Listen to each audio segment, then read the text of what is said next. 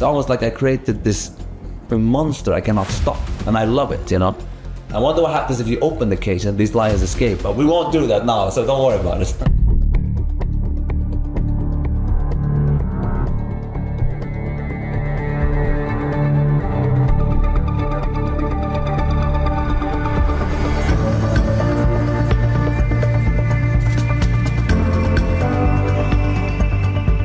I tend to say we fuck shit up without fucking up, but there's this thing to it because we do fuck shit up. With that I mean that there are no limitations with what we do. We just like fuck shit up, but we don't fuck up, meaning that we are focused and we deliver, you know. I mean, our games, a lot of people get surprised because they're normally done in 3.5 years, which is quite a short time considering the amount of content in the game, you know. And we're just getting better and better. I mean, trust me when I say this. This is just the start. We're doing some really cool stuff, I can tell you.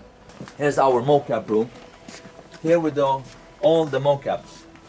So pretty much everything you see in our games. This is actually our newest office because, you know, when we started Hazelight, obviously it was more garage, it was more crazy. So let's say I started Hazelight 2014 and it's 25 now, so it's 11 years. So in the beginning, obviously we didn't have this, you know.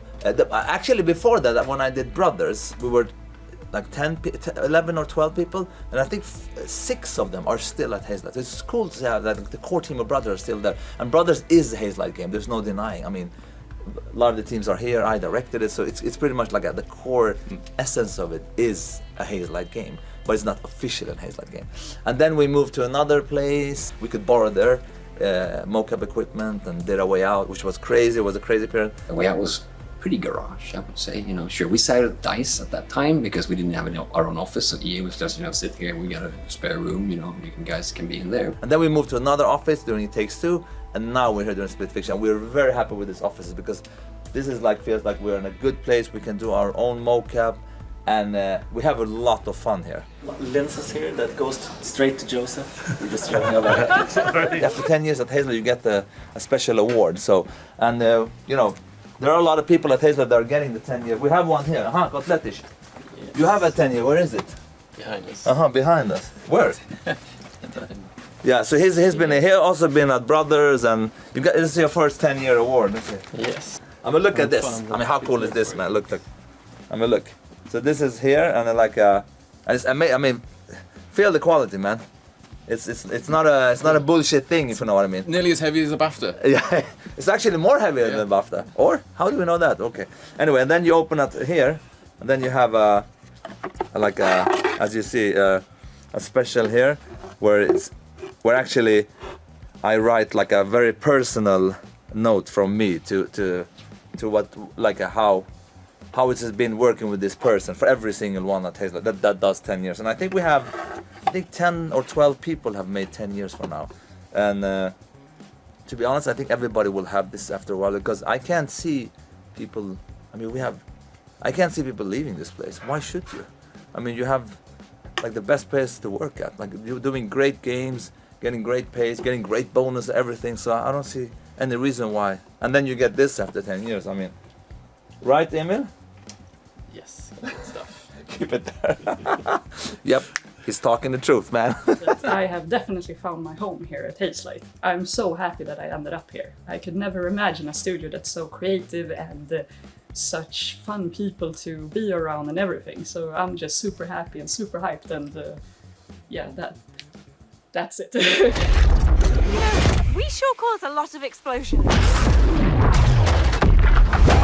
The team at Hazelight, I mean, it's extremely collaborative. Like a typical meeting could be that we sit down, just throw different ideas. In the beginning phase of a project, it is just an overwhelming flood of ideas from every single person in the studio. Anyone can come up with an idea, can be in any department, anyone can come up with the next great game mechanic in a level. There's no like a limitations pretty much. If anyone has an idea, it only has to go through me pretty much. That's it. And once it does that, it's in the game. So it's either yes or no. There's no, so if you have an idea, there's not like you have to go through like hundreds of layers or producers or this and that. It's like, let's talk about it. If this fits, let's go. We built everything, like our system, engine, everything is made that we could prototype stuff very fast and then see if it works or not, if it's in the game. Of course, we cut away a lot of stuff that doesn't work, but still, it's a very iterative process, and it feels like again, it's its own living entity in a sense. it just comes so naturally to it. And I mean, I can't talk what we're doing now, but you know, again, sometimes people say like, how can you have so much confidence in what games we're doing? I'm like, get over here and just, it's impossible not to be confident when you see what we're doing here, because it's so incredibly creative here. And I'm literally, I can tell you that, you know, this team has lost it in a good way. They're fucked up in a good way. Like, you know what I mean? It's like next level shit. And I think like when you allow people to get to that level, you find something inside you that I think a lot of people are missing out to. You know, when you connect with the true creativity inside you, then shit start to happen. Yeah. And that's what I'm mostly proud of it, is that we have this kind of culture where there's literally no limits, you know, no limits. Like everything is possible. The iterative process is core to how we work. Everything we do has iterations on iterations, and always the option to completely change things. So we really do not lock ourselves to anything, and sometimes to like an insane degree when it's even late in development, when we just feel like, okay, this section of gameplay is dragging on or whatever, so we're always looking where we can trim the fat, only leave in the best things, and there's always an abundance of things we want to add, so there's never a shortage of things that we want to make. The day that we run out of ideas will be the end of Hazelight. Don't see that happening anytime soon. We're like a well-oiled machine, and I'm telling you, like I described with the lions and throwing this piece of meat, it's getting crazier here. I don't know how to stop it. Like I told you, this is like, you know, it's a good example when you create this like Frankenstein. And Hazelight is kind of like a creative Frankenstein. You can't stop it. It's fucking nuts now. And like when I go in here, it's like I don't know what to do anymore. Like people are, you know, now also when people present stuff, like I'm like, you knew I was gonna love this. They say this. I'm like, it's almost like people are understanding more and more what that Hazelight game is. While maybe earlier it was more like, no, we have to do it. Let's go there. Let's go. Now it's almost like people are more and more realizing what like. So it's just like we're becoming this creative entity that's almost hard to describe. It's very nice. I mean, you see when you walk around, talk to people, it's a very cool environment here. Yeah. What makes a Hazelight game a Hazelight game? Well, Anything goes. there is a lot of different ingredients, but I would say that gameplay is the most important one.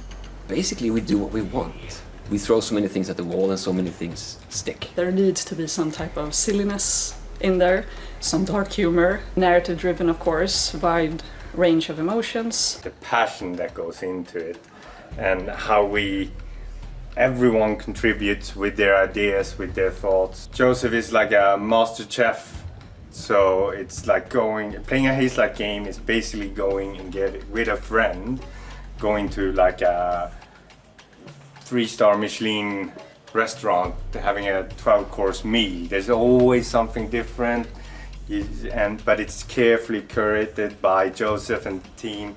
So every bite you take, it's something new, something different, but it leads you into the next one. So something sweet, something salty, and that's like what creates a Hazelight game. And then having the team just filling it up with all of their knowledge, with their experiences, their expertise, their love for gaming, and just getting that all into one. And that, I feel, is really what makes a Hazelight game a Hazelight game. Of course, the variety. We really pride ourselves in always introducing new elements, always surprising our players, never doing the same thing twice. And when it comes to like A Way Out, It Takes Two, Split Fiction, I think it's like the foundation is the co-op of the games. Like it's not just a feature that we've tacked on or added in, it's like the core of the entire design is that you play together and experience it together. So, in my tool belt, this is for every producer. This is the most important thing you should have in your tool belt. And I can show you and demonstrate how it works. So give me a second.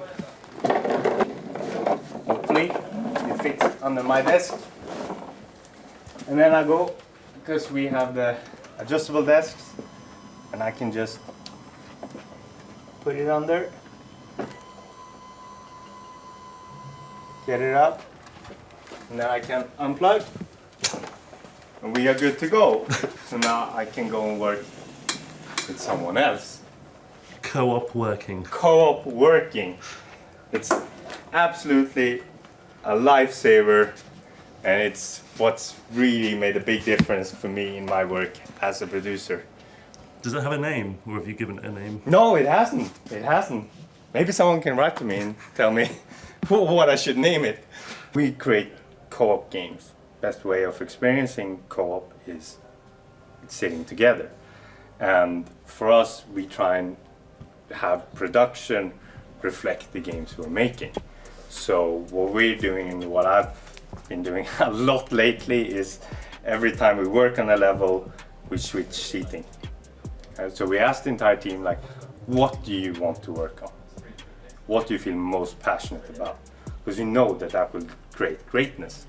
And the best way of creating something is together, and that's physically sitting together just makes that a lot easier. So every time we switch or someone wants to try something new, we move the desks and we move them together. I usually describe it as we are making two games at the same time. It is like we are because we always have like asymmetrical abilities, and the players traverse the same areas but in completely different ways. I think a big challenge is just like, oh, we're literally making two games at once all the time. I think that's of course a big challenge. If you look at Brothers, it's actually a single player game.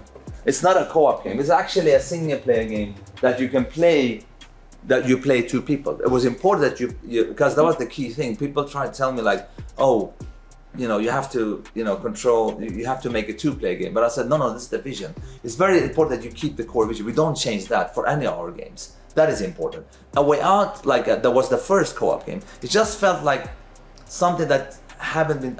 It started with me and a friend trying to find a game that wasn't just like drop in, drop out. I want to have something that a character you relate to, a story, a narrative you can play together. You know, an adventure you're together with someone. And our games are not just because sometimes I hear people saying, "Oh, they're bringing back split screen." We're not really, because we're literally doing a split screen co-op from the beginning. Written, directed, designed as a split screen only, where you have two unique characters, often very unique mechanics for pretty much if you would play the game again and you have different characters, you have different mechanics. We've like come up with our own way of co-op, but there's something just to it that after Way Out we just felt that we could explore that more.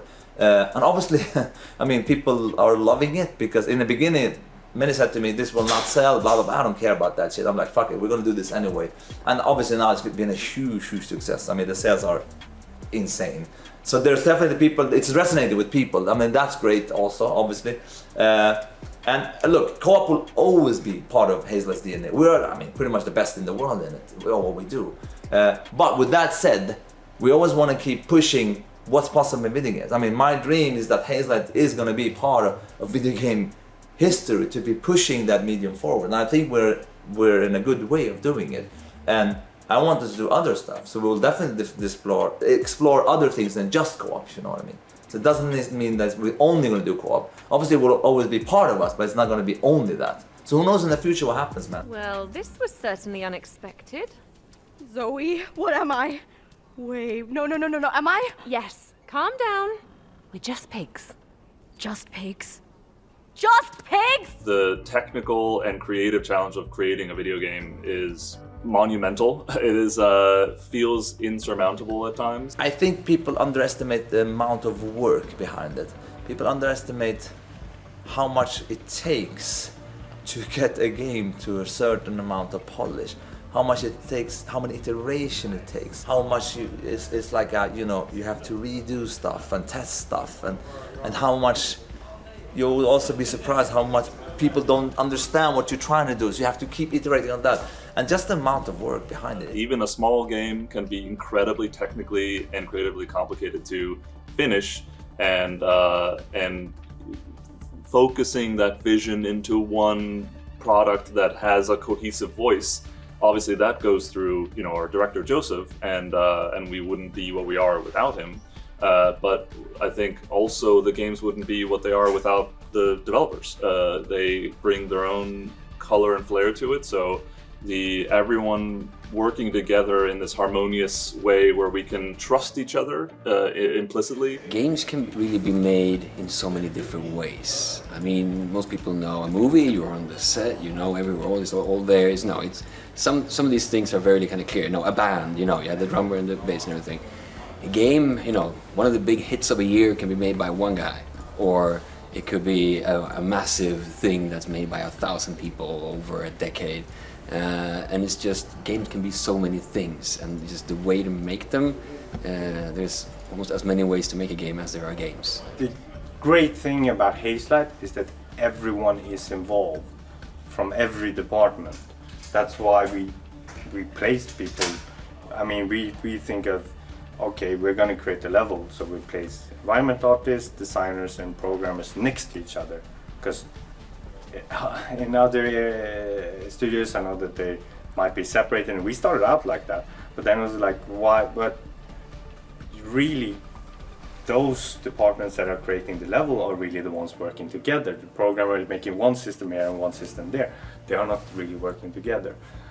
So at Hazelight, I mean, it is in a sense complete chaos with everything happening all at once, but every single team member takes their responsibility in driving towards bringing it together and making this experience so unique and so great. That is one of the things that makes a Hazelight game truly special, is that there's breadth of vision and creativity and variety from all these different people that I don't think would ever be the same if it was, for example, only the designers are allowed to come up with, you know, the ideas for gameplay or something like that. It can be artists come up with a lot of great stuff, programmers make so many amazing contributions to what ends up being the real finished product of the gameplay, and they all, I would consider, I think in Hazelight everyone has a little designer in them, but especially I would say the programmers, they have to do so much of interpreting of our ideas and little prototypes that, you know, takes the load off from us of having to explain every little thing.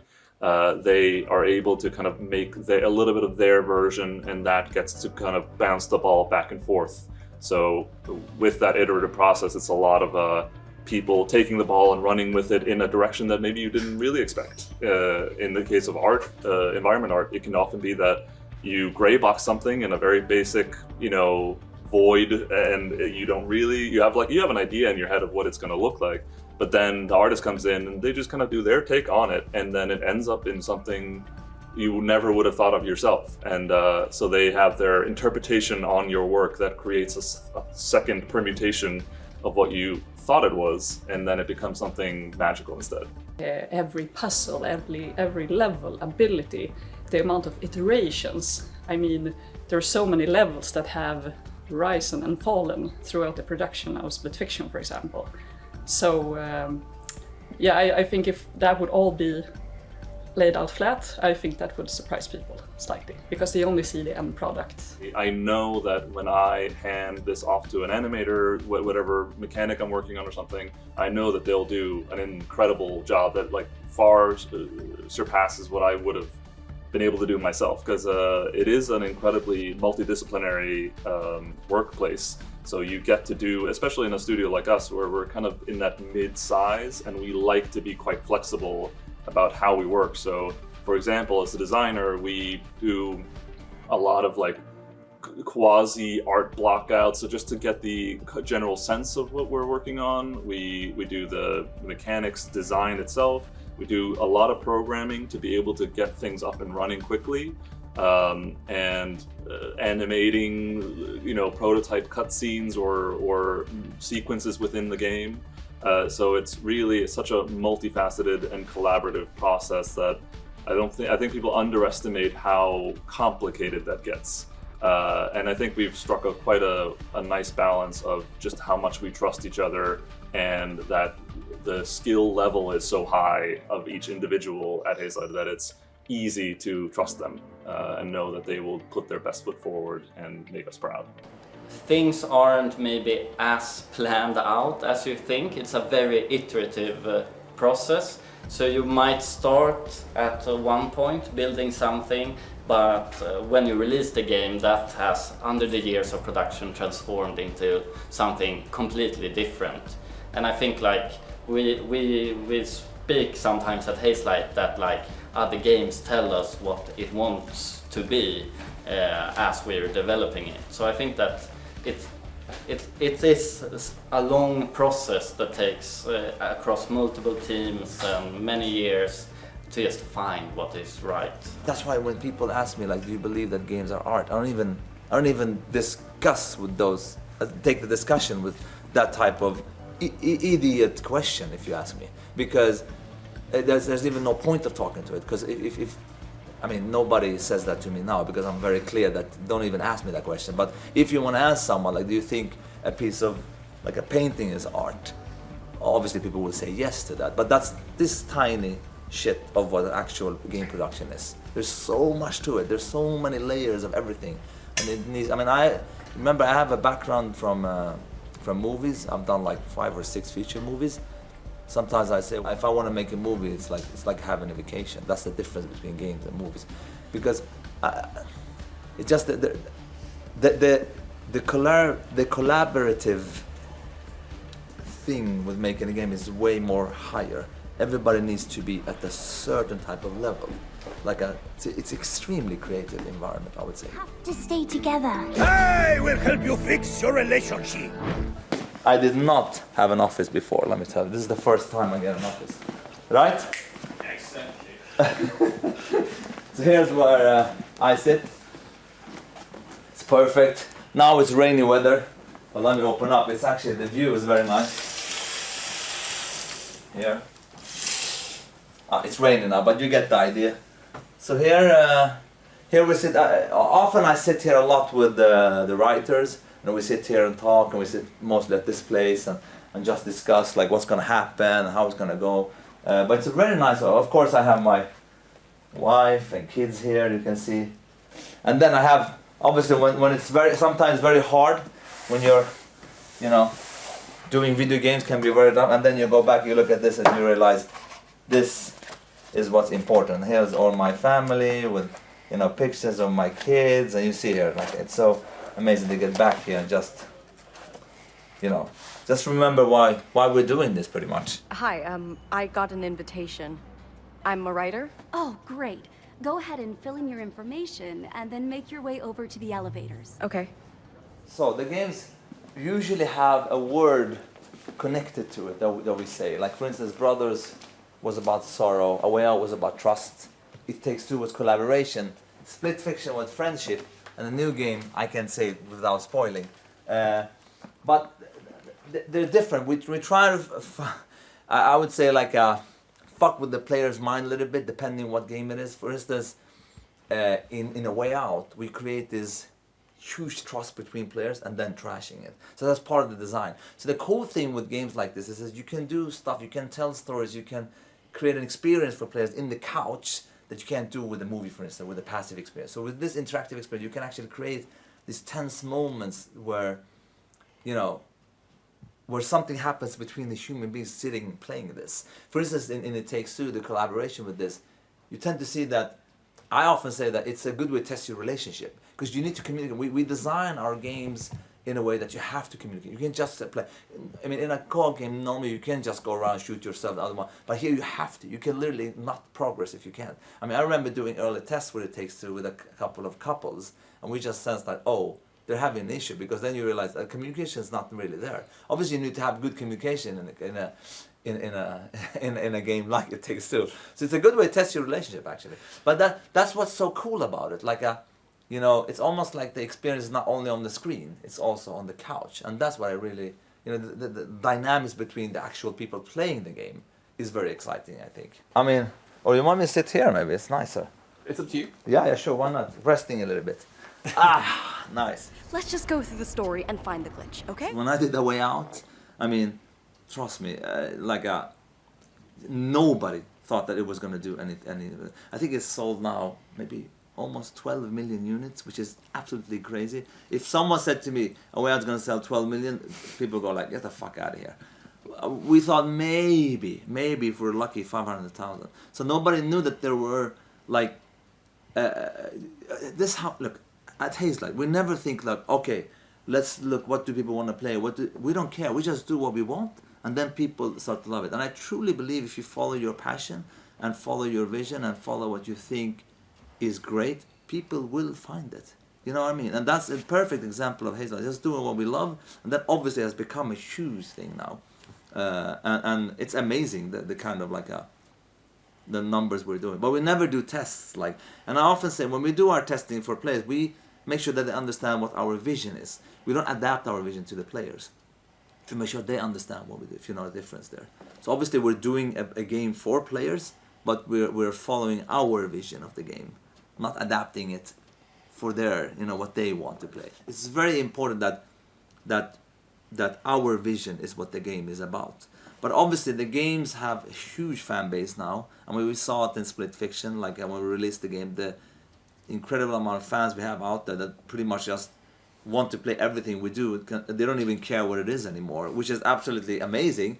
But I mean, but we are also known today to deliver like a high polished, really, I mean, look again, like I said in the beginning of the interview, this is like a dream. If you had said to me in 10 years Hazelight would be, you know, releasing games that are critically acclaimed, win awards, sell like hell, I'll be like, oh fuck, that sounds cool. You know what I mean? But I've always believed in what we do. There's always been a confidence that what we do is gonna be great. That I always believed. And so what do you think about the future for Hazelight? Obviously you've got a new game, you can't talk too much about that, but what are you excited about for the years ahead? What do you want to see Hazelight in 10 years' time? That's the cool thing about Hazelight. Like I said before, these creative monsters, I don't even really know. You know, I know that we're going to do great stuff, but it's really hard to control. It's like its own entity, you know. But what I can tell you from a practical perspective is that we will do definitely more co-op games, because that's a big part of our DNA. But we will also do some other stuff. And I truly hope that Hazelight could be part of pushing the industry forward from a creative perspective, because I love the gaming industry, and I love like how be part of like how to tell a story, how to impact people with games and all that stuff, you know. And so what do you think about the future of the industry? What do you think about the future of games, you know, the years ahead? How do you think the industry and less focus on mobile and microtransaction bullshit. Let's focus on what developing games. Less focus. Here's the thing.